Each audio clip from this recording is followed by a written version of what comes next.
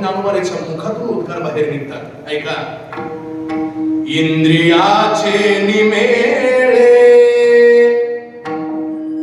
विषयावरी तरी लोळे, परिहात पावन मैडे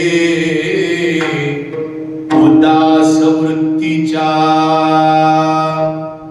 ज्ञानोबा सांगतात, निरासक्त असणाऱ्या महात्म्यानं जर काही जरी केलं, इंद्रियाचे निमेळे, या हातापायाच्या माध्यमातून या जगातलं कोणतंही सुख उपभोगू द्या, पण विषयावरी तरी लोळे, या विषयावर लोळत जरी घेतली तरी ज्ञानोबाने सांगतात, परिहात पावन मैडे उदास वृत्तीच्या.